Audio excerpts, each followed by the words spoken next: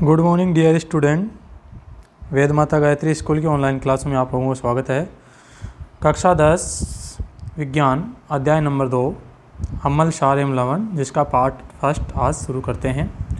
देखो अध्याय नंबर 2 अम्ल क्षार एवं लवण, इसमें सबसे पहले हम देखते हैं सूचक। भाई सूचक क्या होते हैं, तो हेडिंग लगाएंगे सबसे पहले आप सूचक के बारे में।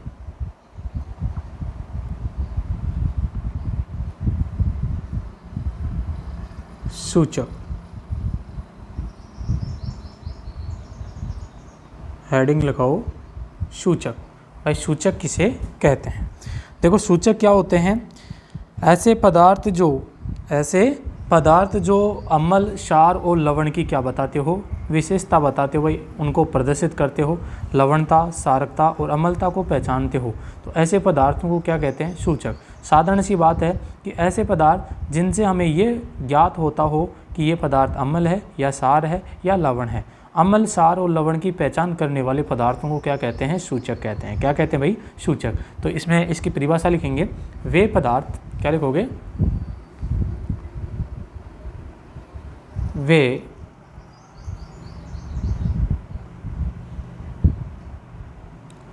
वे पदार्थ जो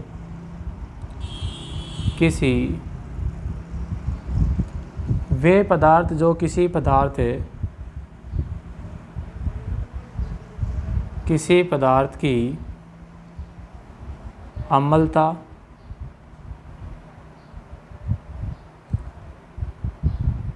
क्षारकता व लवणता,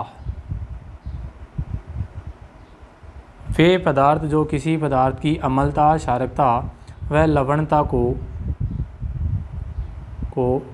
प्रदर्शित करते हैं सूचक कहलाते हैं। सूचक कहलाते हैं। क्या कहलाते हैं भाई? सूचक कहलाते हैं। ठीक है। ऐसे पदार्थ जिनसे हमें ये ज्ञात होता हो कि ये पदार्थ अम्ल है, ये क्षार है या लवण है, तो ऐसे पदार्थों को हम क्या कहते हैं? सूचक कहते हैं। अब देखो सूचक दो प्रकार के होते हैं। सूचक कितने प्रकार के होते हैं? दो प्रकार के होते हैं। तो लिखेंगे सूचक दो प्रकार के होते हैं। सूचक दो प्रकार के होते हैं। दो प्रकार के होते हैं। सूचक दो प्रकार के होते हैं। देखो भाई दो प्रकार कौन कौन से हैं, उनके नाम लिखेंगे और उनके बारे में जानेंगे। तो सबसे पहला सूचक है प्राकृतिक सूचक। कौन सा है? प्राकृतिक सूचक।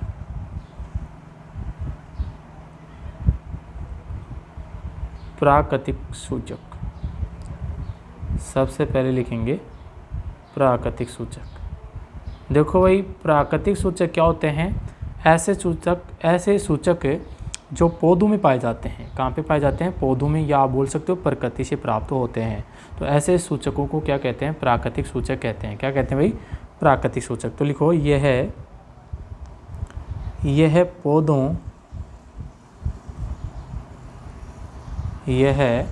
पौधों में पाए जाते हैं।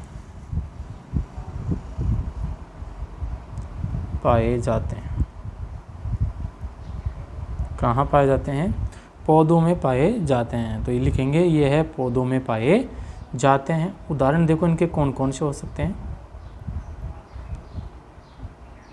उदाहरण देखेंगे।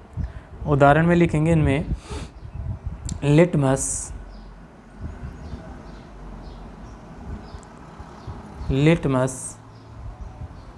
लाल पत्ता गोभी,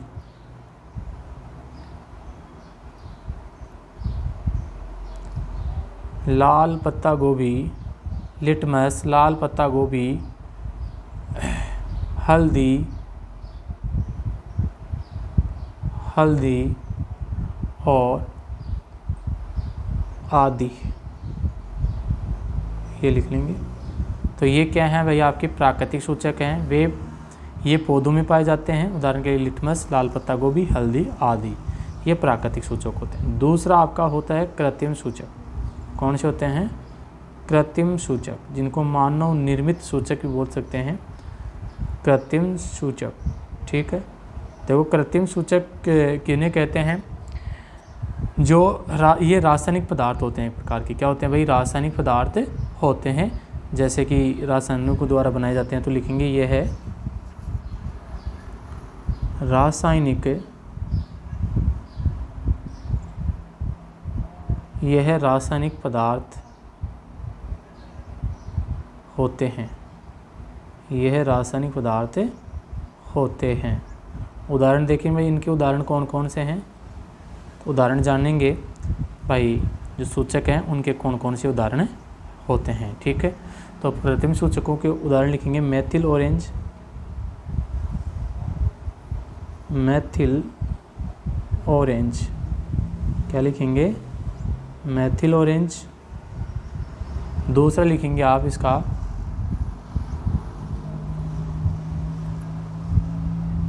फिनोफ्लेथेलिन, फिनोफ्लेथेलिन, मेथिल ऑरेंज, फिनोफ्लेथेलिन आदि। ये क्या होते हैं भाई? आपके कृत्रिम सूचक होते हैं। क्या होते हैं? कृत्रिम सूचक। तो ध्यान से देखेंगे सूचक क्या होते हैं? वे पदार्थ जो अम्लता, क्षारकता और लवणता की क्या करते हो? पहचान करते हो। तो ऐसे पदार्थों को क्या कहते हैं? सूचक कहते हैं। जैसे प्राकृतिक सूचक हैं, ये पौधों में पाए जाते हैं। कहाँ पे पाए जाते हैं? पौधों में पाए जाते हैं। उदाहरण के लिए लिटमस हुआ, लाल पत्ता गोभी हुई, हल्दी हुई, तो ये प्राकृतिक सूचक पौधों में पाए जाते हैं।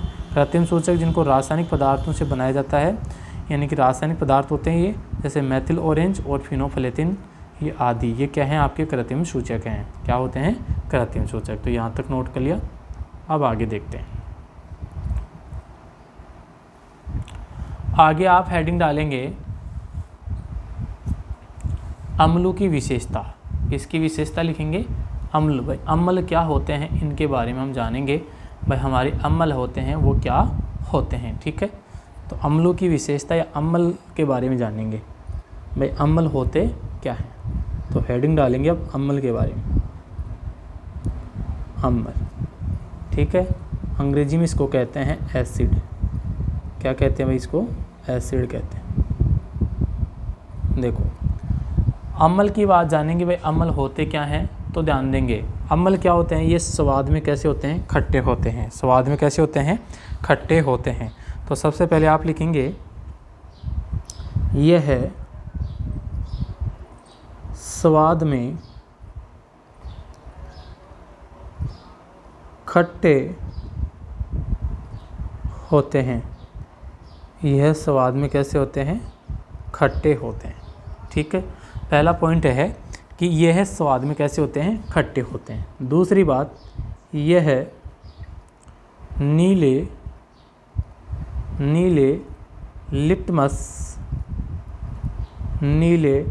लिटमस पत्र को लाल कर देते हैं। कैसा कर देते हैं? लाल कर देते हैं। ठीक है, दूसरा है, यह नीले लिटमस पत्र को क्या कर देता है? लाल कर देते हैं। क्या कर देते हैं भाई? लाल कर देते हैं। तो दूसरा लिखा हमने, यह नीले लिटमस पत्र को लाल कर देते हैं। ठीक है, तीसरी बात कि यह जलीय विलयन में, यह जलीय विलयन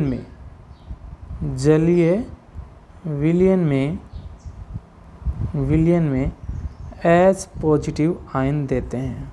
क्या देते हैं? एच पॉजिटिव आयन देते हैं। ठीक है, आगे लिखा हमने कि ये जलीय विलयन में क्या देते हैं? एच पॉजिटिव आयन देते हैं। ठीक है, दूसरी बात आगे, यह है विद्युत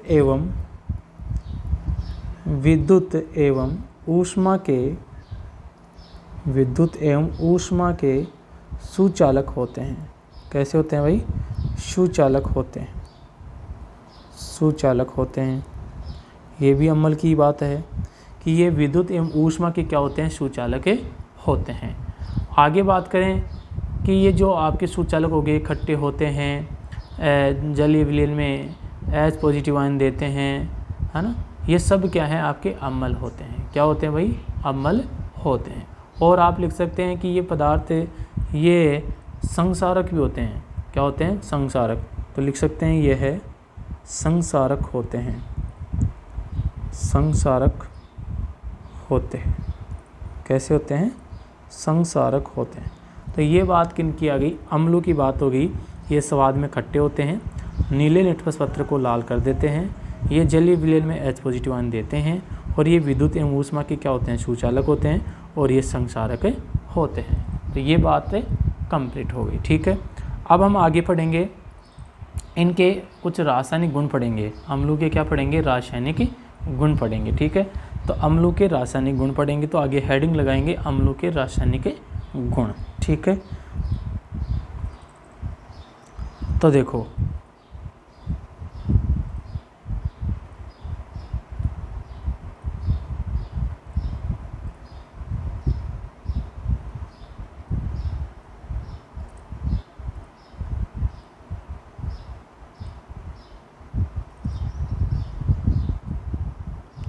देखो भाई, आगे लिखेंगे अम्लों के रासायनिक गुणधर्म, अम्लों के रासायनिक गुणधर्म, रासायनिक गुणधर्म। हेडिंग डालेंगे अम्लों के रासायनिक गुणधर्म, या गुण लिख सकते हैं। अम्लों के रासायनिक गुणधर्म देखेंगे, तो अम्लों के रासायनिक गुणधर्म क्या होते हैं। ठीक है, तो सबसे पहले हम देखेंगे अम्लों के रासायनिक गुणधर्म देखते हैं। ठीक है, अम्लों के क्या क्या रासायनिक गुण होते हैं। सबसे पहला 1 नंबर पे लगाएंगे आप धातु से क्रिया। किनके साथ क्रिया, धातु के साथ क्रिया, धातु से क्रिया, धातु से क्रिया। देखो भाई, अम्ल धातु के साथ क्रिया करके H2 गैस देते हैं। कौन सी गैस देते हैं भाई, हाइड्रोजन गैस देते हैं। तो आप इसमें लिख सकते हैं कि अम्ल धातु के साथ क्रिया करके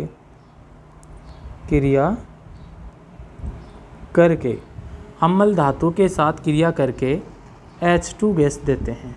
कौन सी गैस देते हैं, H2 गैस देते हैं। ठीक है भाई, देखो अम्ल होते हैं वो धातु के साथ क्रिया करते हैं और कौन सी गैस देते हैं, आपको हाइड्रोजन गैस देते हैं। तो इसमें लिख सकते हैं आप कि जैसे अम्ल हुआ, ये क्रिया किससे करेगा, धातु के साथ क्रिया करेगा। किसके साथ, धातु के साथ। अम्ल धातु के साथ क्रिया करेगा और क्या बनाएगा, लवण और हाइड्रोजन गैस आपको देगा। ठीक है, क्या देगा, लवण और हाइड्रोजन गैस आपको देगा। ठीक है, इसमें आप लिख सकते हैं, जैसे अम्ल की बात हुई हमारी, तो अम्ल कौन सा ले सकते हैं, जैसे HCl अम्ल लिया आपने। कौन सा अम्ल लिया, HCl अम्ल। और धातु जैसे हमारे ने जिंक धातु ले ली, क्या ले ली, जिंक धातु ले ली। ठीक है, तो यहाँ से हमारे को क्या प्राप्त होगा, ZnCl2 जिंक क्लोराइड, यहाँ पे 2 अणु ले लेंगे इसके, प्लस H2 क्या हो जाएगा, बाहर निकल जाएगा। तो ये क्या है, अम्लों की धातु से क्रिया है। दूसरा एग्जाम्पल और लिख सकते हैं, जैसे सल्फ्यूरिक अम्ल है। कौन सा अम्ल है, सल्फ्यूरिक अम्ल, H2SO4 है, और यही आपकी जैसे जिंक धातु है, क्या है, जिंक धातु है। ठीक है, तो यहाँ से क्या प्राप्त होगा आपको, ZnSO4 zinc sulphate plus H2 gas आपको प्राप्त हो जाएगी। तो धातुओं से क्रिया यही है कि अम्ल धातुओं के साथ क्रिया करके H2 गैस देते हैं। अम्ल प्लस धातु और लवण और हाइड्रोजन गैस बनता है। अब देखो यहाँ पे अम्लों की धातु के साथ क्रिया दे रखी है, तो ये चित्र आपको दिखाई दे रहा होगा। यहाँ पे देखो क्रियाकलाप दिखाई दे रहा है आपको, 2.3 एक क्रियाकलाप दिखाई दे रहा है। अम्ल एवं क्षारक धातु के साथ, अम्ल और क्षारक दोनों की बात बता रहे हैं। हम बात करें केवल अम्ल की, किसकी बात कर रहे हैं, अम्ल की। तो अम्ल धातु के साथ क्रिया करके कौन सी गैस देता है, हाइड्रोजन गैस देता है। इसका ये क्रियाकलाप भी है। तो आप ये चित्र, क्रियाकलाप तो इसमें आ गया भाई, ये आपकी धातु से क्रिया करवाने पर। अब कई बार चित्र बनवा लेता है आपको एग्जाम में ये सा क्वेश्चन पूछता है कि धातुओं की अम्ल से क्रिया करवाने पर कौन सी गैस बाहर निकलती है, या तो ऐसे डायरेक्ट पूछ सकता है, तो आप बता सकते हैं हाइड्रोजन गैस। या क्वेश्चन ऐसे पूछ सकता है कि अम्ल की धातु से रासायनिक अभिक्रिया होती है, इसका रासायनिक समीकरण लिखें, तो आपको रासायनिक समीकरण, आपको ऐसे रासायनिक समीकरण लिखना होगा। अगर आपको चित्र बनवाता है तो फिर ये चित्र आपको नोट करना होगा कि धातु से, अम्ल की धातु से रासायनिक अभिक्रिया का एक चित्र समझाइए। तो आपको ये चित्र आपको बनाना है वहाँ पे। तो देखो ये चित्र क्या आपको समझना है, ये आपका एक स्टैंड है। क्या है? स्टैंड। इसमें आपने एक परखनली ले ली। क्या ले ली? परखनली। और इसमें कौन सा अम्ल ले लिया? जैसे तनु सल्फ्यूरिक अम्ल ले लिया आपने। कौन सा अम्ल ले लिया? तनु सल्फ्यूरिक अम्ल आपने ले लिया। ठीक है। और इसमें दानेदार जिंक के टुकड़े आपने डाल दिए। ठीक है। अब जैसे आप इसको हिलाते हो, क्या करते हो? हिलाते हो तो आपको इसमें प्रवाह नली है। ये क्या है? प्रवाह नली है। और यहाँ से देखो, यहाँ पे इसको साबुन के विलयन है। ये क्या है? साबुन का विलयन है। तो आपको इसमें हाइड्रोजन गैस के क्या होते हैं? बुलबुले दिखाई देते हैं। देखो ये दानेदार जिंक के टुकड़ों की सतह के ऊपर आप क्या देखते हैं? उत्सर्जित गैस को साबुन के विलयन में प्रवाहित कीजिए। साबुन के विलयन बुलबुले क्यों बनाते हैं? जलती हुई मोमबत्ती गैस के वाले बुलबुले पास ले जाते हैं। आप रिएक्शन कीजिए। कुछ अन्य अम्ल यहाँ पे, ये भी अम्ल हम इस क्रियाकलाप में ले सकते हैं, है ना। तो ये चित्र आप इसका बना सकते हैं। तो चित्र इसके नीचे आप बना देंगे। ठीक है, क्लियर है बात। तो अम्लों की धातु से क्रिया करवाने पर हाइड्रोजन गैस का निर्माण होता है और इसका अभिक्रिया आपको लिख दी गई है और इसका चित्र भी आपको बना दिया गया है। ठीक है,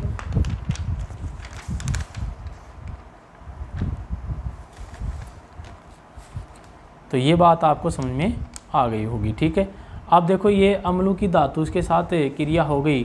तो आगे हम देखो देखते हैं अम्लों की धातु के साथ क्रिया होगी। अब धातु कार्बोनेट तथा धातु बाइकार्बोनेट की अभिक्रिया करवाएंगे। किससे करवाएंगे? अम्लों से करवाएंगे। ठीक है, तो आपको अब आगे लिखना है इसका दूसरा गुण।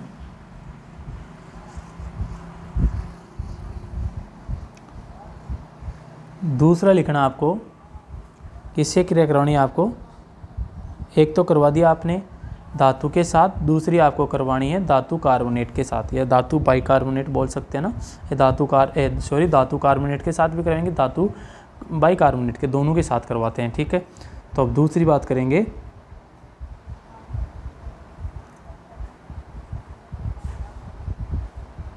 धातु बाइकार्बोनेट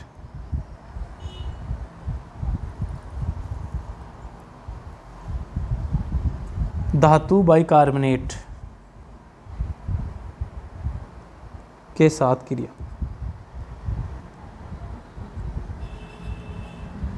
ठीक है, देखो भाई, धातु बाइकार्बोनेट के साथ क्रिया करवाएंगे किसकी? अम्ल की। किसकी? अम्ल की। तो धातु बाइकार्बोनेट के साथ अम्ल की क्रिया करवाने पर लवण, कार्बन डाइऑक्साइड और जल का निर्माण होता है। ठीक है, तो इसकी क्रिया करवाने पर देखो आपको ये लिखना है कि धातु बाइकार्बोनेट के साथ क्रिया करवाने पर अम्ल क्या बनता है? देखो अम्ल की क्रिया करवाएंगे। किसकी क्रिया? अम्ल की। किसके साथ करवाओगे? अम्ल की क्रिया करवानी है आपको धातु बाइकार्बोनेट से। ठीक है, धातु बाइकार्बोनेट। तो अम्ल की क्रिया धातु बाइकार्बोनेट से करवाते हैं तो आपको क्या प्राप्त होता है? एक तो लवण, क्या प्राप्त होता है? लवण प्लस CO2 गैस और प्लस जल आपको प्राप्त होता है। ठीक है, एक तो CO2 गैस और एक जल प्राप्त होता है और एक लवण प्राप्त होता है। ठीक है, तो अम्ल की क्रिया धातु बाइकार्बोनेट से करवाने पर लवण प्लस CO2 प्लस H2 हमारे को क्या होता है? प्राप्त होता है। तो किसके साथ करवानी है आपको? धातु बाइकार्बोनेट के साथ। किसके साथ करवानी है? धातु बाइकार्बोनेट के साथ करवाते हैं। देखो एक एग्जाम्पल देखते हैं इसका, उदाहरण देखते हैं। जैसे सोडियम हाइड्रोजन कार्बोनेट, ये क्या है? सोडियम हाइड्रोजन कार्बोनेट है, ये आपका धातु का बाइकार्बोनेट हो गया। प्लस इसकी क्रिया करवाएंगे अम्ल के साथ। किसके साथ करवा रहे हैं? अम्ल के साथ करवाते हैं। तो आपको प्राप्त होगा Na2SO4। क्या प्राप्त? Sorry, NaCl। क्या प्राप्त होगा आपको?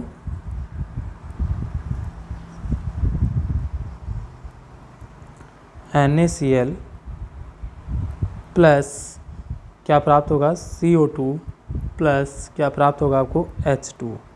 ये आपको प्राप्त हो जाएंगे। ठीक है, एक एग्जाम्पल और लेके देख सकते हैं आप। जैसे यही हुआ, आपने ले लिया NaHCO3 सोडियम बाइकार्बोनेट, ये है, इसके 2 अणु ले लिया आपने, और एक ले लिया सल्फ्यूरिक अम्ल। कौन सा अम्ल ले लिया? सल्फ्यूरिक अम्ल। इसके साथ करवाएंगे तो क्या प्राप्त होगा आपको? Na2SO4 सोडियम सल्फेट प्लस वही प्राप्त हो जाएगा CO2 प्लस H2। ठीक है, दोनों प्राप्त हो जाएंगे। तो ऐसे आपको यह अभिक्रिया है धातु बाइकार्बोनेट के साथ कि अम्ल धातु बाइकार्बोनेट के साथ अभिक्रिया करके लवण CO2 और H2 गैस का निर्माण करता है। ठीक है, अब इसका चित्र भी आपको देखो ध्यान से समझना है, इसका चित्र भी है।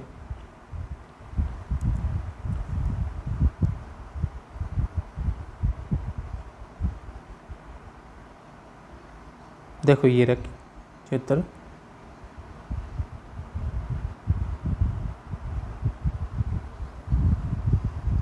ये रही चित्र को समझने देखो, दो प्रकनली लेनी है, उसे A और B का नामांकन करना है आपको। दो प्रकनली लेनी है, उसमें आपको एक में लेना है A और दूसरी को लेना है B। प्रकनली A में 0.5 ग्राम सोडियम कार्बोनेट लीजिए और B में 0.5 सोडियम हाइड्रोजन कार्बोनेट लेना है। दोनों प्रक्रिया 2-2 ml HCl मिलाएंगे और आपको परीक्षण करेंगे तो आपको इस प्रकार से प्राप्त होते हैं। तो हमने देखो एक तो सोडियम बाइकार्बोनेट पढ़ लिया, तीसरा लिखेंगे किससे क्रिया करवाएंगे, सोडियम कार्बोनेट से भी करवाएंगे। तो अब लिखेंगे धातु कार्बोनेट के साथ, धातु कार्बोनेट के साथ क्रिया। तीसरी किसके साथ क्रिया करवा रहे हैं, धातु कार्बोनेट के साथ क्रिया करवा रहे हैं। ठीक है, तो अम्ल क्रिया करेगा, देखो अम्ल क्रिया करेगा किससे, धातु कार्बोनेट से। अब बार क्या था, धातु बाइकार्बोनेट था, अब की बार क्या है, धातु कार्बोनेट है। ठीक है, तो धातु कार्बोनेट के साथ क्रिया करता है तो हमारे को क्या प्राप्त होगा, वही चीज़ प्राप्त होती है, लवण प्लस CO2 प्लस H2, यही चीज़ें हमें प्राप्त होती है। ठीक है, तो दोनों के लिए एक ही चित्र आपको बनाना है, एक ही क्रियाकलाप आपको दे रखा है। तो इसके लिए देखो आपको एक एग्जाम्पल पढ़ना है इसका, देखो क्या है, ध्यान से देखेंगे। आपके पास क्या है भाई, देखो अम्ल है और एक धातु कार्बोनेट है, क्या है, धातु कार्बोनेट। ठीक है, तो धातु कार्बोनेट की क्रिया कैसे करवानी है आपको, धातु कार्बोनेट की क्रिया करवानी है आपको किसके साथ, अम्ल के साथ। तो लवण बनेगा, CO2 बनेगी और वही क्या बनेगा आपका, जल बनेगा। क्या बनेगा, जल बनेगा। ठीक है, तो ध्यान से देखेंगे इसका, धातु कार्बोनेट कौन सा है, जैसे आपने ले लिया सोडियम कार्बोनेट, सोडियम धातु होगी, ये सोडियम कार्बोनेट हो गया, और आपने HCl अम्ल ले लिया, क्या ले लिया, HCl अम्ल ले लिया। ठीक है, तो आपको क्या प्राप्त होगा, एक तो लवण प्राप्त होगा, क्या प्राप्त होगा, लवण प्राप्त होगा, और एक क्या प्राप्त होगा आपको, CO2 प्राप्त होगी, एक जल प्राप्त होगा। तो देखो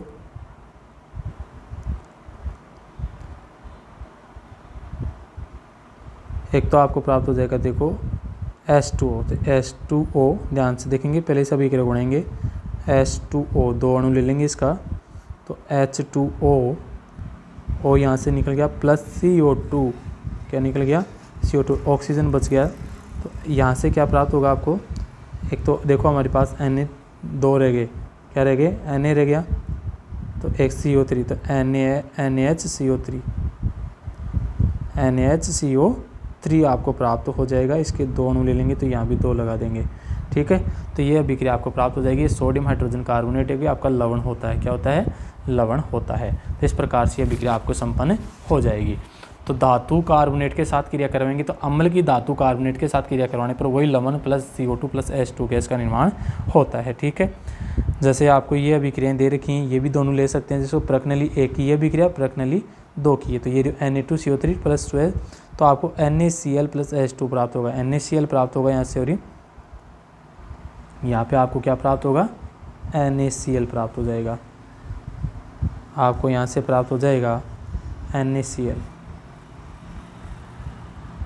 NaCl प्लस H2 और CO2 आपको प्राप्त हो जाएंगे। ठीक है, NaCl, तो ये अभिक्रिया आपको करवानी है। ठीक है, इस प्रकार से आप ये अभिक्रियाएँ प्राप्त कर सकते हैं। ठीक है, तो ये आपकी दोनों अभिक्रियाएँ, देखो उपरोक्त होने वाली दोनों अभिक्रिया दे रखी है। ये तो हमने पढ़ी थी कौन सी, अभी ये पढ़ा तीसरा, और ये कौन सी पढ़ी थी, अभी हमने ये पीछे पढ़ी था ना, ये सोडियम बाइकार्बोनेट के साथ, दोनों के साथ वही चीज़ें बनती है। तो इसका नामांकित चित्र भी आप बना लेंगे। इसके नीचे आपको ये चित्र बनाना है, तो ये चित्र आपको बना लेंगे। ये क्रियाकलाप 2.5 आपका कंप्लीट भी हो जाएगा। इसमें आपको दोनों अभिक्रियाएँ बता दी गई हैं। तीसरी अभिक्रिया धातु की एक साथ कार्बोनेट के साथ क्रिया और धातु की बाइकार्बोनेट के साथ अभिक्रिया, दोनों आपको बता दी गई हैं। ठीक है, आगे देखते हैं। देखो आगे लिखेंगे आप, देखो धातु की अम्ल की धातु के साथ क्रिया हो गई, अम्ल की धातु बाइकार्बोनेट के साथ अभिक्रिया हो गई और अम्ल की धातु कार्बोनेट के साथ अभिक्रिया हो गई। अब तीसरी हम लिखेंगे अम्ल की क्रिया किससे करवानी है, धातु ऑक्साइड के साथ। किसके साथ, धात्विक ऑक्साइड के साथ। तो धात्विक ऑक्साइड के साथ देखो, धात्विक ऑक्साइड, धात्विक ऑक्साइड के साथ क्रिया, धात्विक ऑक्साइड के साथ क्रिया। ठीक है, अगली बात करते हैं धात्विक ऑक्साइड के साथ क्रिया। तो देखो अम्ल धात्विक ऑक्साइड के साथ क्रिया करके क्या बनाता है, ध्यान से देखेंगे, क्या आपका धात्विक ऑक्साइड। ठीक है, तो धात्विक ऑक्साइड, धात्विक ऑक्साइड क्रिया करेगा, किससे क्रिया करेगा, अम्ल से। तो धात्विक ऑक्साइड प्लस अम्ल, तो अम्ल के साथ क्रिया करके क्या बनाता है, लवण प्लस जल बनाता है। क्या बनाता है भाई, लवण प्लस जल। तो आप लिख सकते हैं कि धात्विक ऑक्साइड के साथ अम्ल क्रिया करके लवण और जल बनाता है। क्या बनाता है, लवण और जल बनाता है। ठीक है, के बाद कि धात्विक ऑक्साइड के साथ ये अभिक्रिया करेगा और क्या बनाएगा, लवण और जल बनाएगा। क्या बनाता है, लवण और जल बनाता है। देखो इसका समीकरण देखेंगे, क्या देखेंगे, समीकरण देखेंगे। ठीक है, तो धात्विक ऑक्साइड कौन सा हो जाएगा, जैसे कोई धातु है और उसका ऑक्साइड लेना है आपको। क्या लेना है, ऑक्साइड आपको लेना है। तो आपको पास क्या प्राप्त होगा, एक तो लवण प्राप्त होगा और एक जल प्राप्त होगा। तो उदाहरण देखते हैं इसका, देखो उदाहरण। ठीक है, उदाहरण देखते हैं। ये धात्विक ऑक्साइड जैसे कैल्शियम हाइड्रा ऑक्साइड है, सॉरी एक मिनट रुकेंगे, ऑक्साइड लेना ना आपको। ठीक है, तो जैसे हमने धात्विक कैल्शियम है, ये क्या है, कैल्शियम, और इसका क्या ले लिया, ऑक्साइड ले लिया, कैल्शियम ऑक्साइड हो गया। क्रिया करवाएंगे HCl अम्ल के साथ। किसके साथ करवाएंगे, HCl अम्ल के साथ। तो हमारे को एक तो क्या प्राप्त होगा, जल प्राप्त होगा, H2O प्राप्त होगा। तो यहाँ पे 2 अणु ले लेंगे, इसका कितने अणु ले लेंगे, 2, तो H2 हो जाएगा। यहाँ पे Cl2 हो गया तो CaCl2, कैल्शियम क्लोराइड, ये क्या हो जाएगा आपका, लवण हो जाएगा। क्या हो जाएगा, लवण हो जाएगा।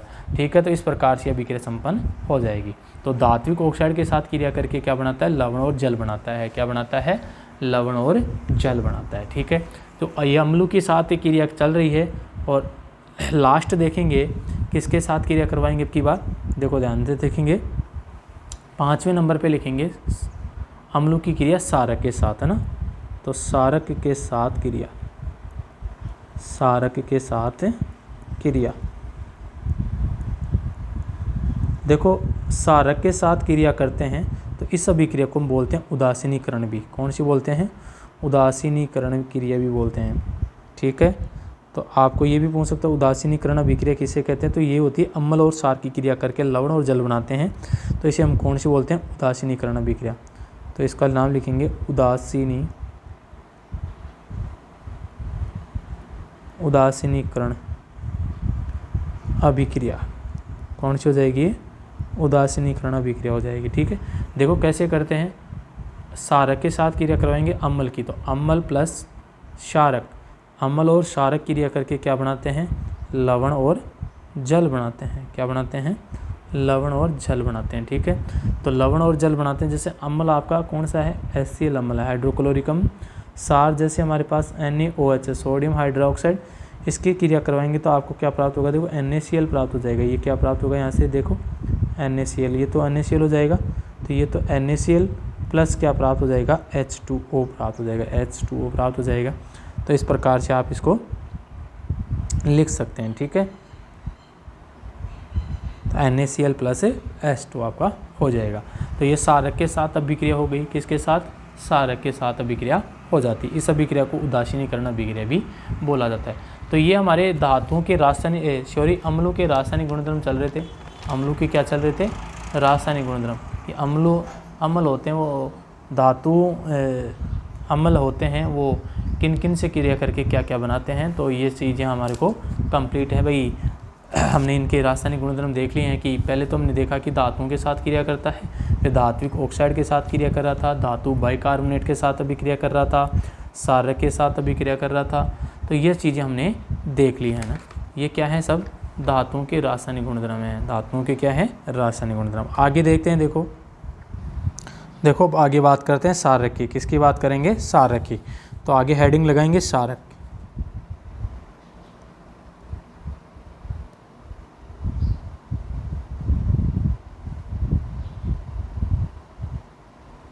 आगे पढ़ेंगे सार के बारे में। तो देखो सार क्या होते हैं ये आपको देखना है ना। तो इसको इंग्लिश में सबसे पहले आप ध्यान देंगे बेस कहते हैं, ठीक है। अब सारक क्या होते हैं ध्यान देंगे। ये स्वाद में कैसे होते हैं? स्वाद में कड़वे होते हैं। कैसे होते हैं? कड़वे। ये स्वाद में कड़वे होते हैं। स्वाद में कड़वे होते हैं। दूसरी बात यह है लाल लिटमस पत्र को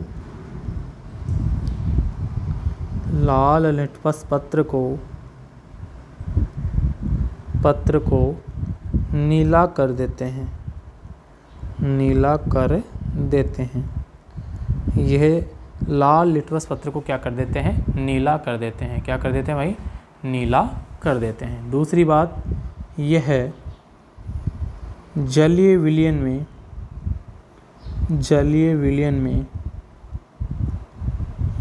में OH नेगेटिव आयन देते हैं। हाइड्रोक्सी आयन बोलते हैं और H पॉजिटिव आयन को हाइड्रोजन आयन बोलते हैं ना।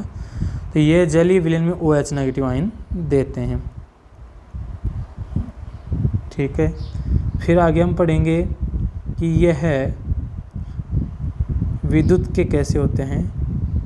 विद्युत के सुचालक। ये भी विद्युत के कैसे होते हैं भाई? सुचालक ही होते हैं, ठीक है। तो यह है विद्युत के सुचालक होते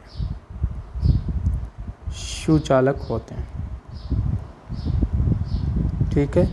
तो ये भी क्या होते हैं? विद्युत के सुचालक होते हैं। तो ये सारक की बात है। किसकी बात हुई? सारक की। तो सारक क्या होते हैं? स्वाद में कड़वे होते हैं, लाल लिटमस पत्र को नीला कर देते हैं, जलीय विलयन में OH नेगेटिव आयन देते हैं, और ये भी विद्युत के क्या होते हैं? सुचालक होते हैं, ठीक है। अब बात करते हैं भाई जो सारक है इनके भी रासायनिक गुणधर्म देखेंगे। सारक के भी क्या देखेंगे? रासायनिक गुणधर्म देखेंगे कि सारक भी किस प्रकार से धातुओं से क्रिया करता है, किस प्रकार से वो अम्ल से क्रिया तो हो ही गई, धातु कार्बोनेट से कैसे करता है, धातु बाइकार्बोनेट से कैसे करता है, ये सब चीज़ें देखते हैं। तो अब देखेंगे सारक के रासायनिक गुणधर्म। सारक के रासायनिक गुणधर्म।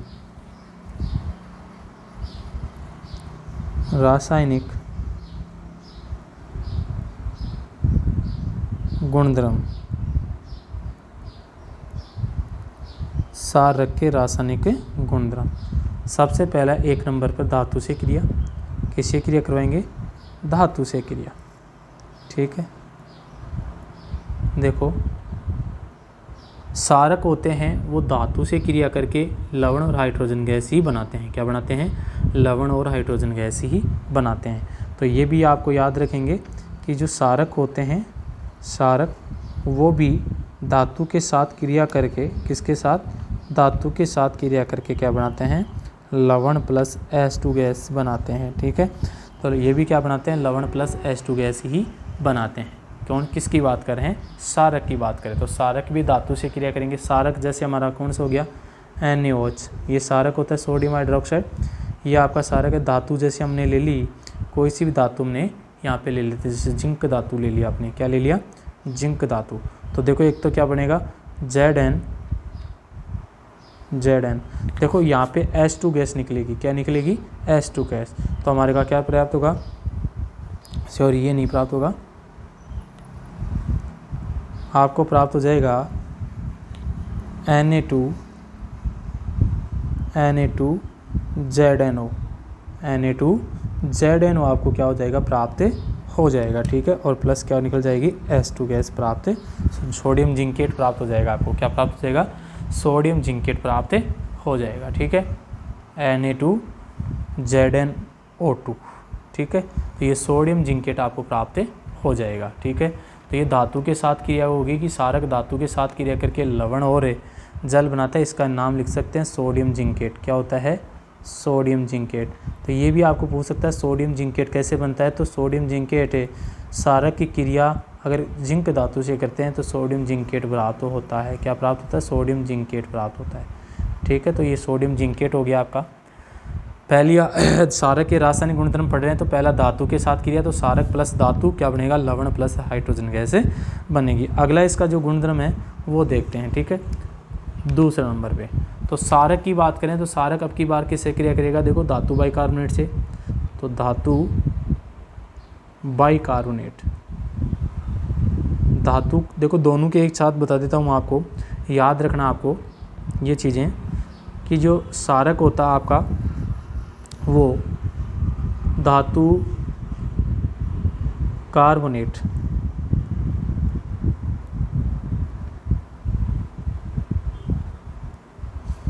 धातु कार्बोनेट, धातु कार्बोनेट तथा धातु बाइकार्बोनेट, दोनों के एक साथ ही बता रहे हैं, बाइकार्बोनेट, बाइकार्बोनेट के साथ क्रिया। तो ये चीज़ें ध्यान रखेंगे कि जो सारक होता है आपका वो धातु कार्बोनेट और धातु बाइकार्बोनेट से कोई भी क्रिया नहीं करता है, इनसे कोई भी क्रिया नहीं करता है। ठीक है, तो आप लिख देंगे कि सारक धातु कार्बोनेट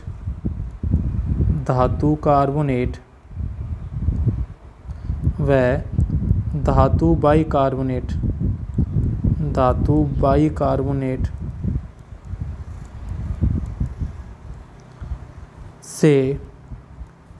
कोई अभिक्रिया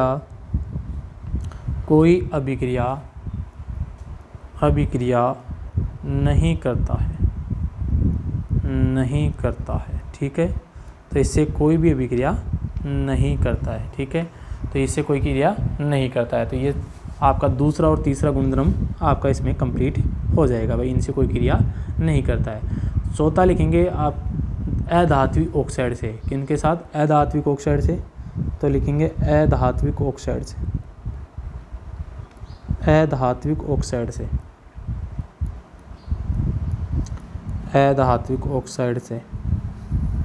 से क्रिया। देखो अधात्विक ऑक्साइड से क्रिया देखेंगे, किसकी क्रिया देखेंगे भाई? सारक की। तो जो सारक है आपका वो क्रिया करेगा किससे? अधात्विक ऑक्साइड से। किससे क्रिया करेगा?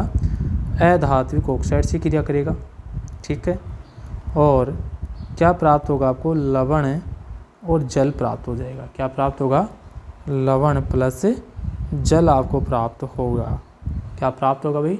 लवण प्लस जल आपको क्या हो जाता है? प्राप्त हो जाता है। ठीक है, तो ये था आपका अधात्विक ऑक्साइड। कौन सा था? अधात्विक ऑक्साइड था, जो क्रिया करेगा किसके साथ? सारक के साथ। किसके साथ क्रिया करेगा? सारक के साथ। देखो हमने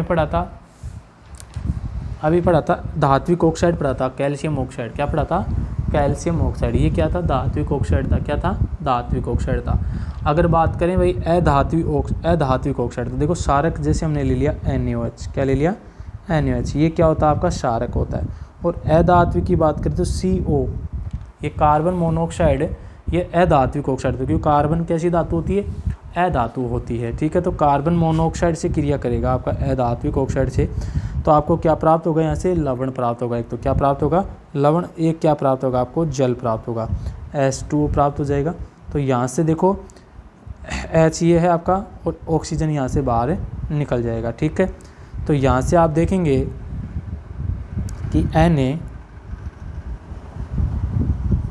क्या प्राप्त होगा? लवण प्राप्त होगा, सोडियम और CO3 कर सकते हैं आप, है ना, Na2CO3, सोडियम कार्बोनेट, Na2CO3 ये कर देंगे आप, तो आपको क्या प्राप्त हो जाएगा? जल प्राप्त हो जाएगा। ठीक है,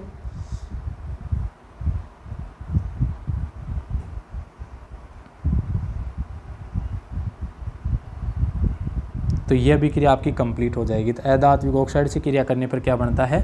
लवण और जल बनता है। ठीक है, तो ये क्या थे? आपके सारक और सारक के रासायनिक गुणधर्म थे। तो अम्ल किसे कहते हैं? अम्लों के रासायनिक गुणधर्म। सारक किसे कहते हैं? और सारक के रासायनिक गुणधर्म, ये हमने देख लिए हैं। आगे बात करेंगे अम्ल और सारकों में समानताएं, इन दोनों में क्या क्या समानताएं हैं। तो हेडिंग डालेंगे अब आगे, अम्लों एवं क्षारकों में समानताएं।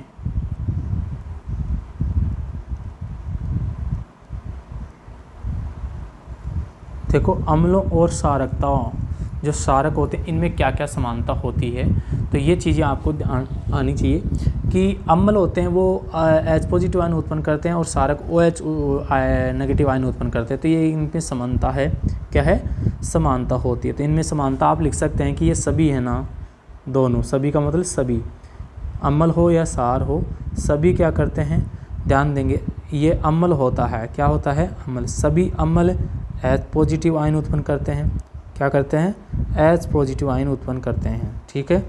सभी अम्ल क्या करते हैं, H पॉजिटिव आयन, और सभी क्षारक हैं वो क्या करते हैं, OH नेगेटिव आयन उत्पन्न करते हैं, OH नेगेटिव आयन उत्पन्न करते हैं। तो ये एक इसमें समानता हो सकती है कि ये भी आयन उत्पन्न करता है और ये भी आयन उत्पन्न करता है। आगे और लिख सकते हैं कि जब कोई अम्ल, ध्यान से लिखेंगे, जब कोई अम्ल या क्षारक, जब कोई अम्ल या क्षारक जल में मिलाया जाता है, जल में मिलाया जाता है तो यह तनुकृत होता है, तनुकृत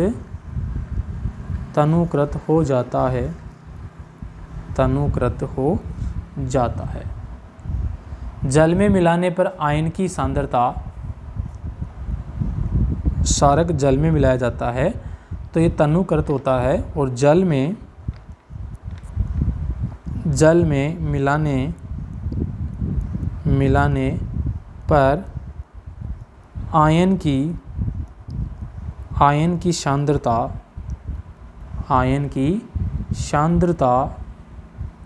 H3O पॉजिटिव या OH नेगेटिव में प्रति इकाई आयतन में कमी हो जाती है। देखो इसका मतलब समझेंगे कि ये अम्ल और क्षारकों में समानता चल रही है कि सभी जो अम्ल हैं वो H पॉजिटिव आयन देते हैं और सभी जो क्षारक होते हैं वो क्या देते हैं, OH नेगेटिव आयन देते हैं। क्या देते हैं भाई, OH नेगेटिव आयन देते हैं, ठीक है। सभी अम्ल OH नेगेटिव आयन देते हैं, सभी अम्ल H पॉजिटिव आयन देते हैं और सभी जो क्षारक होते हैं वो OH नेगेटिव आयन देते हैं, ठीक है। तो इनकी बातें हो गई है। देखो यहाँ पे आया है कि जब कोई अम्ल एवं क्षारक जल में मिलाया जाता है तो ये तनुकृत हो जाता है। क्या हो जाता है भाई, तनुकृत हो जाता है। जल में मिलाने पर आयन की सांद्रता प्रति आयतन में, यानी कि प्रति इकाई आयतन में क्या हो जाती है, कमी हो जाती है, ठीक है। अब तनुकरण, यहाँ पे एक शब्द आया है, देखो ध्यान से देखेंगे, तनुकरण, तनुकृत हो जाता है। तो यहाँ से समझेंगे भाई तनुकृत है वो क्या होता है, तनुकृत क्या हो जाता है। तनुकृत ये कि जल में अम्ल या क्षार को मिलाने पर आयन की सांद्रता प्रति इकाई में क्या हो जाती है, कमी हो जाती है। तो इसको क्या कहते हैं, क्या कहते हैं भाई, तनुकृत कहते हैं। इसका मतलब यही है तनुकृत। ये तनुकृत की क्या हो सकती है परिभाषा, इसे क्या कहते हैं, तनुकृत। क्या बोलेंगे, तनुकरण, इसको तनुकरण कहते हैं, ठीक है। तो ये तनुकरण की परिभाषा है कि जल में मिलाने पर आयन की सांद्रता में प्रति इकाई आयतन में कमी हो जाती है। इसे क्या कहते हैं, तनुकरण कहते हैं भाई। क्या कहते हैं भाई, इसे तनुकरण कहते हैं। तो जब कोई अम्ल या क्षारक जल में मिलाया जाता है तो ये तनुकृत हो जाता है। तनुकृत किसे कहते हैं कि जल में मिलाने पर, किसको, अम्ल और क्षार को, अम्ल और क्षार को जल में मिलाने पर आयन की सांद्रता में प्रति इकाई आयतन में कमी हो जाती है। इसे तनुकरण कहते हैं। क्या कहते हैं भाई, इसे तनुकरण कहते हैं, ठीक है। तो ये तनुकरण की क्या है परिभाषा है, क्या है, तनुकरण की परिभाषा होती है। आप ध्यान देंगे इसमें आपको दो तीन एक चीज़ें आपको नॉलेज होनी चाहिए। देखो पहली चीज़ तो क्या है, क्वेश्चन लिखेंगे यहाँ पे, क्या लिखेंगे, क्वेश्चन। और क्वेश्चन क्या है, देखो क्वेश्चन को अच्छी तरह से लिखेंगे ना। तो क्वेश्चन नंबर फर्स्ट क्या है, देखो ध्यान से, ये क्वेश्चन आपको लिखना है और इसका आंसर देखें क्या होता है कि हमें अम्ल को, क्वेश्चन लिखें, हमें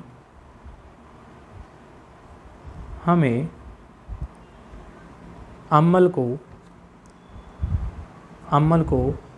जल में मिलाना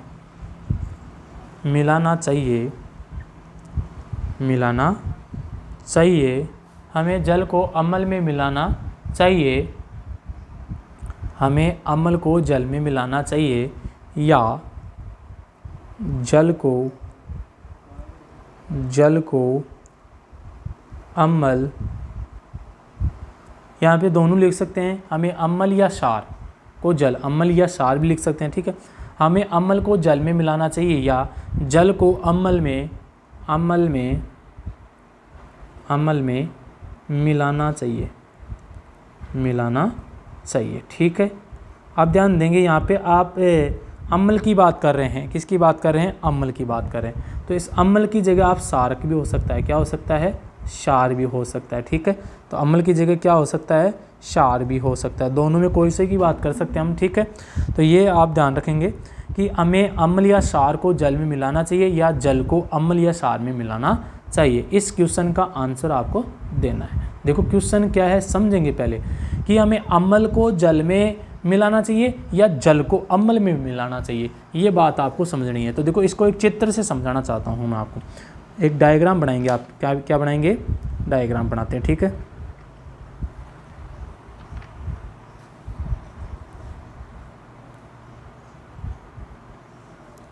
डायग्राम बनाते हैं। देखो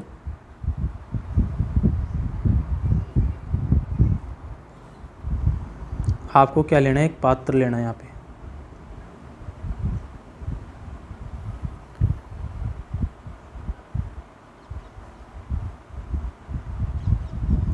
ये आपका एक पात्र हो गया, ठीक है। इसमें ये आपने क्या भर दिया, देखो ध्यान से देखेंगे, इसमें आपने अम्ल भर दिया है, क्या भर दिया है, ये आपने अम्ल भर दिया, इसमें क्या भर दिया भाई, अम्ल, इसका नाम लिख देंगे अम्ल, ये आपने इसमें भर दिया अम्ल, ठीक है। क्या भर दिया भैया, अम्ल। अब इसमें क्या मिला रहे हैं आप, जल मिला रहे हैं, क्या मिला रहे हो, जल मिला रहे हो। यहाँ से आपने इसमें क्या मिलाया, जल मिलाया, ठीक है, या आपने इसमें जल मिला दिया। एक तो ये पात्र हो गया आपका। दूसरा पात्र और लेते हैं, देखो दूसरा पात्र बनाएंगे।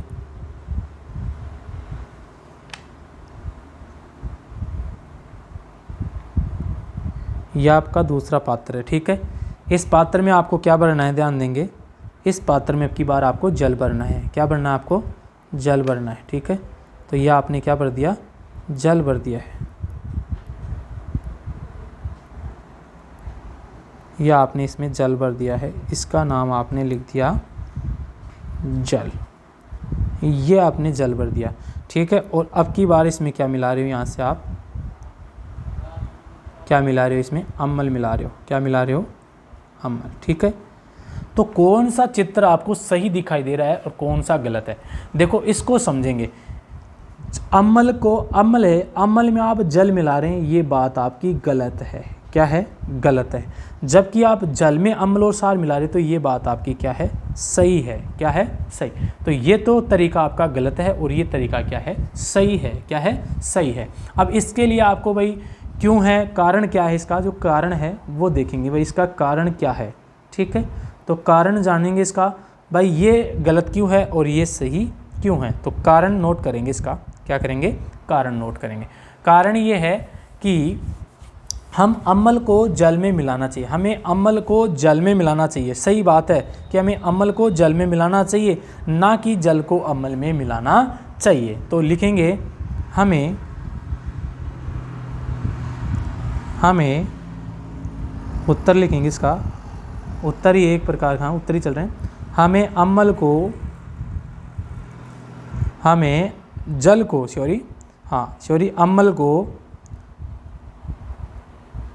जल में मिलाना चाहिए, हमें अम्ल को जल में मिलाना चाहिए, क्योंकि देखो हमें अम्ल को जल में मिलाना चाहिए, क्योंकि जल को अम्ल में मिलाने से ऊष्माक्षेपी अभिक्रिया होती है। कौन सी होती है? ऊष्माक्षेपी अभिक्रिया होती है। कौन सी अभिक्रिया होती है? ऊष्माक्षेपी अभिक्रिया होती है जिससे ऊष्मा उत्सर्जित होती है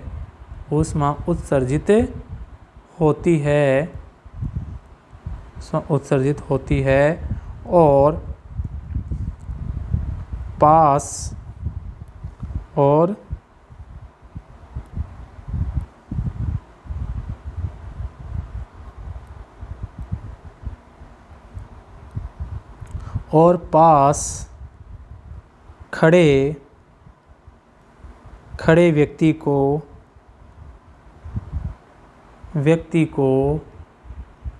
नुकसान हो सकता है।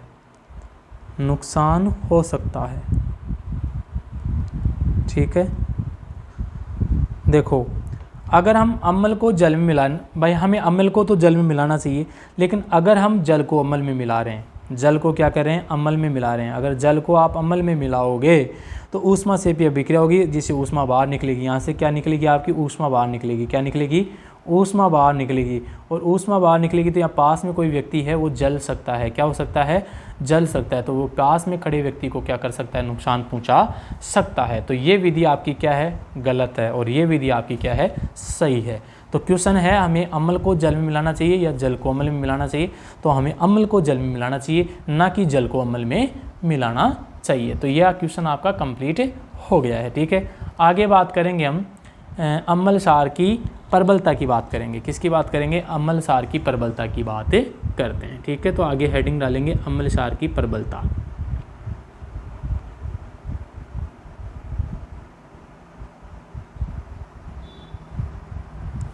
आगे हेडिंग डालो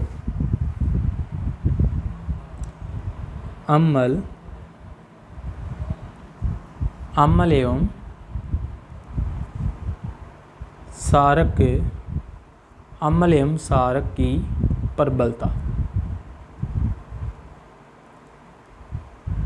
अम्ल व क्षारक की प्रबलता। ठीक है, अम्ल और क्षार की क्या देखेंगे? प्रबलता देखेंगे।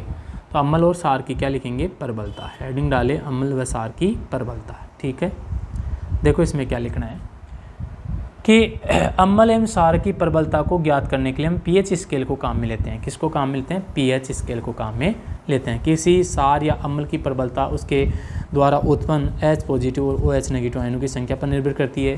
किसी अम्ल या क्षार की प्रबलता हमें एक स्वाभाविक सूचक द्वारा ज्ञात करते हैं। स्वाभाविक सूचक जिसे अनेक सूचकों का क्या होता है? मिश्रण होता है। यह सूचक किसी विलयन में हाइड्रोजन आयनों की विभिन्न सांद्रता के विभिन्न रंगों को क्या करता है? प्रदर्शित करता है। तो सीधी सी बात ये है, आप इसमें लिखेंगे कि जब कोई लिखेंगे किसी क्षार या अम्ल की, किसी क्षार या अम्ल की प्रबलता उसके द्वारा उत्पन्न H पॉजिटिव आयन या OH नेगेटिव आयनों की संख्या पर निर्भर करती है। किसी क्षार या अम्ल की प्रबलता उसके द्वारा उत्पन्न H पॉजिटिव आयन या OH नेगेटिव आयनों की संख्या पर निर्भर करती है। अतः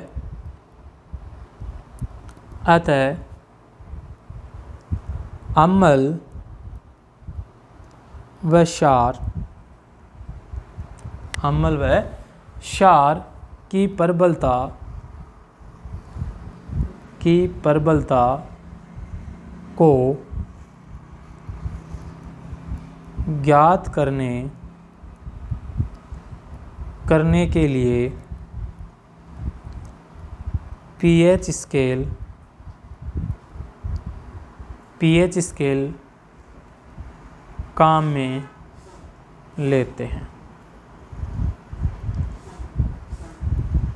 क्या लिखा कि अतः अम्ल व क्षार की प्रबलता को ज्ञात करने के लिए पीएच स्केल को काम में लेते हैं। ठीक है, अब आगे हम बात करेंगे पीएच स्केल की। भाई पीएच स्केल क्या होता है, तो वो हम अगले पार्ट में आपको बताएंगे कि भाई पीएच स्केल क्या होती है।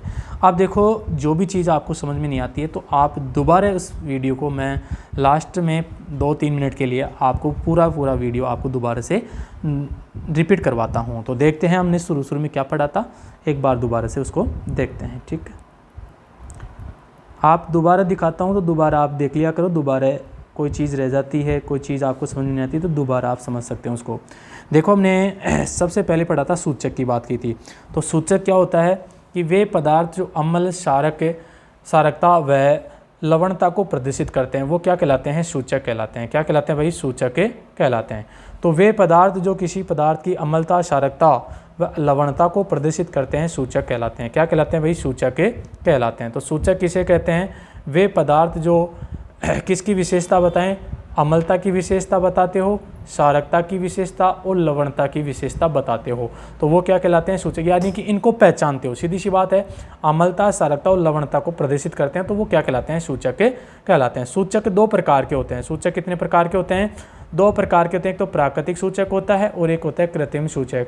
तो प्राकृतिक सूचक क्या होते हैं, ये पौधों में पाए जाते हैं। किन में पाए जाते हैं भाई, पौधों में पाए जाते हैं। उदाहरण के लिए लिटमस, लाल पत्ता गोभी, हल्दी आदि, ये क्या है आपके प्राकृतिक सूचक हैं। दूसरा कृत्रिम सूचक। तो कृत्रिम सूचक क्या होते हैं, ये रासायनिक पदार्थ होते हैं। कैसे पदार्थ होते हैं, रासायनिक पदार्थ होते हैं। कैसे पदार्थ होते हैं भाई, रासायनिक पदार्थ होते हैं। ठीक है, तो उदाहरण के लिए मेथिल ऑरेंज, फिनोल्फथालीन आदि, ये क्या है आपके कृत्रिम सूचक होते हैं। क्या होते हैं, कृत्रिम सूचक। इसके बाद हमने देखा था अम्ल क्या होते हैं, स्वाद में खट्टे होते हैं, लीले निष्पक्ष पत्र को लाल कर देते हैं, जलीय विलयन में H पॉजिटिव आयन देते हैं, विद्युत के सुचालक होते हैं, संक्षारक होते हैं। ठीक है, और खट्टे होते हैं। तो ये क्या कहलाते हैं, आपके अम्ल कहलाते हैं। रासायनिक गुणधर्म देखा है, धातुओं के साथ क्रिया, तो अम्ल धातु के साथ क्रिया करके लवण और हाइड्रोजन गैस देता है। ये इसकी रासायनिक अभिक्रिया हो गई और ये इसका क्या हो गया, क्रियाकलाप। तो ये चित्र आपको बनाना है, कई बार चित्र भी आपको पूछे लेता है। इसके बाद हमने पढ़ा था धातु बाइकार्बोनेट के साथ। तो ये जो आपकी अम्ल होता है वो धातु बाइकार्बोनेट के साथ और धातु कार्बोनेट के साथ, दोनों के साथ क्रिया करके एक ही चीज़ बनाता है। क्या बनाता है, लवण CO2 H2। ये समान होती है, ये दोनों क्रियाएं समान होती हैं। जैसे अगली थी धातु कार्बोनेट के साथ, तो वही आपके पास क्या पता, लवण CO2 H2 गैस बनाता है। इसका एक डायग्राम है, तो ये डायग्राम आपको बनाना है। ठीक है, इसके बाद धात्विक ऑक्साइड की क्रिया। तो धात्विक ऑक्साइड के साथ अम्ल क्रिया करता है तो लवण और जल बनाएगा, ये इसका एग्जाम्पल है। सारक के साथ क्रिया करता है तो सारक के साथ लवण और जल बनाता है, ये उदासीनीकरण अभिक्रिया कहलाती है। कौन सी अभिक्रिया कहलाती है, उदासीनीकरण अभिक्रिया कहलाती है। सारक की बात की तो ये स्वाद में कड़वे होते हैं, लाल लिटमस पत्र को नीला करता है, जलीय विलयन में OH नेगेटिव आयन देता है, ये भी सुचालक होता है। रासायनिक गुण देखा, धातु के साथ क्रिया, तो धातु के साथ वही लवण और H2 गैस प्राप्त होती है। सोडियम जिंकेट का निर्माण इस प्रकार से होता है, तो ये सोडियम जिंकेट का निर्माण आपको देखना है। इसके बाद धातु कार्बोनेट और धातु बाइकार्बोनेट के साथ क्रिया, तो ये कोई क्रिया नहीं करता, तो इसकी कोई क्रिया नहीं होती है। अधात्विक ऑक्साइड के साथ क्रिया करेगा तो वो लवण और जल बनेगा, तो ये अधात्विक ऑक्साइड के साथ क्रिया हो गई। इसके बाद हमने देखा अम्ल और क्षारकों में क्या समानता होती है। तो अम्ल और क्षारक सभी क्या होते हैं, अम्ल तो H पॉजिटिव देते हैं, सभी क्षारक OH नेगेटिव आयन देते हैं। जब कोई अम्ल या क्षारक जल में मिलाया जाता है तो ये तनुकृत हो जाता है। तनुकृत किसे कहते हैं, जल में अम्ल और क्षार को मिलाने पर आयन की सांद्रता में प्रति इकाई आयतन में क्या हो जाती है, कमी, से उसको तनुकरण कहते हैं। इसके बाद हमने देखा कि हमें अम्ल को जल में मिलाना चाहिए या जल को अम्ल में मिलाना चाहिए। तो ये तो विधि आपकी गलत है। आप अम्ल या क्षारक में, अम्ल या क्षारक भी हो सकता है, इसकी जगह क्या हो सकता है, क्षारक भी हो सकता है, तो अम्ल नहीं मिला सकते। लेकिन अगर आप अम्ल या क्षारक को किस में मिलाएं, जल में मिलाएं, किस में मिलाएं, जल में मिलाएं, तो ये विधि आपकी क्या हो सकती है, सही हो सकती है। अम्ल और क्षारक की प्रबलता देखा कि किसी क्षार या अम्ल की प्रबलता उसके द्वारा H पॉजिटिव आयन और OH नेगेटिव आयनों की संख्या पर निर्भर करती है।